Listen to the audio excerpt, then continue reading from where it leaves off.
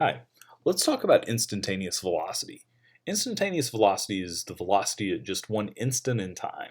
You can think of an instant as being like a zero-length interval. If a line represents an interval of time from, say, t equals 0 to t equals something else, t equals 10, say, then a point along that line would represent an instant. When we think about a line has length, but a point has length 0. Same thing with an instant. An instant is a zero-length interval of time. So what we want to do is figure out how can we find the velocity at a zero-length interval of time. And we're going to do the same sort of process that we use to find the slope of a tangent line. The idea is, let's say that this was t equals 4, and we wanted to find the instantaneous velocity at 4.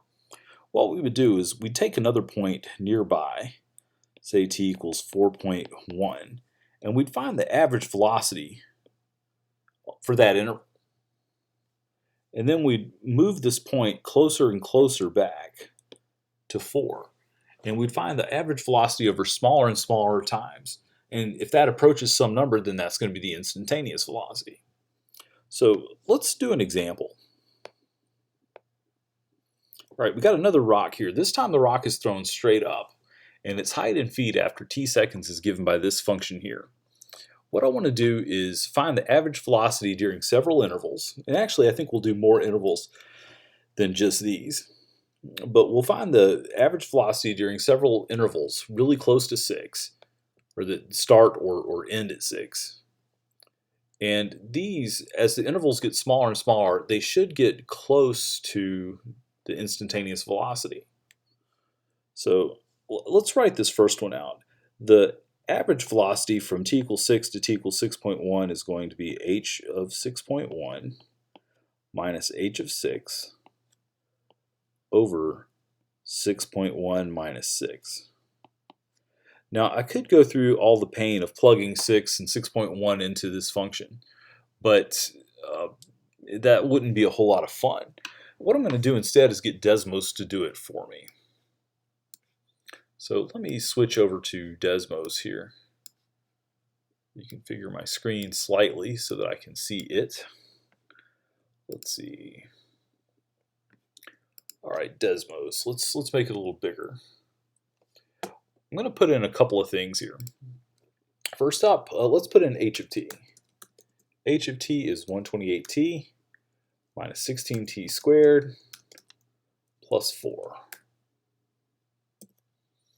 Let's see, I can make that wider. There we go. And I'm going to call my time 6. I'm going to call that A. Actually, no, I'm just going to call that 6. And I'm going to call this A.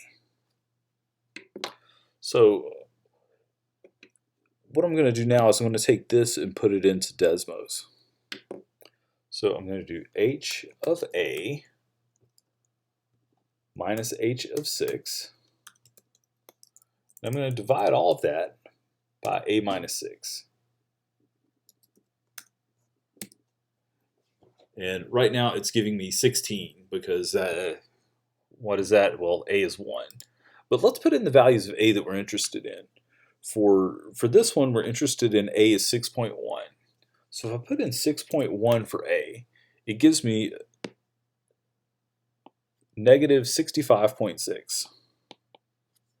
I'm not sure if that's rounding numbers off or not there. But anyway, that's good enough. And for the next one, down here, this is a is 6.01. So if I change this 6.1 to 6.01, my average velocity here is negative 64.16. And if I change it to a is 6.001, I get negative 64.016. Now that's all I have on here as far as shrinking down to 6 from above. And if you think about what this tells us that's the average velocity of this rock during that millisecond. Oh, I just realized you can't see that. This is the average velocity of the rock during this millisecond from 6 to 6.001 seconds. If I put in, make this interval of time smaller, say a tenth of a millisecond, a hundredth of a millisecond, a microsecond, you can see that the average velocity is getting closer to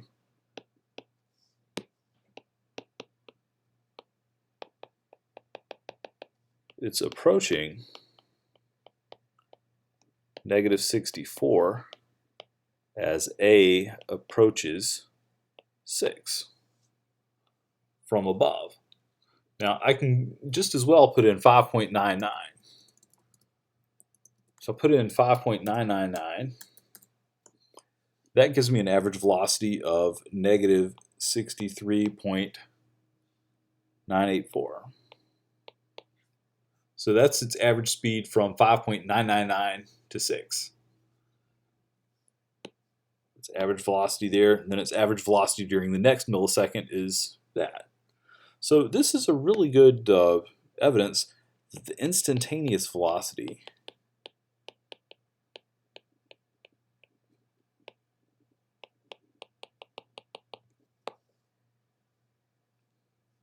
at t equals 6 is negative 64. What are my units here? I think they were feet per second. Let's go back. Yeah, feet in seconds. So yes, negative 64 feet per second.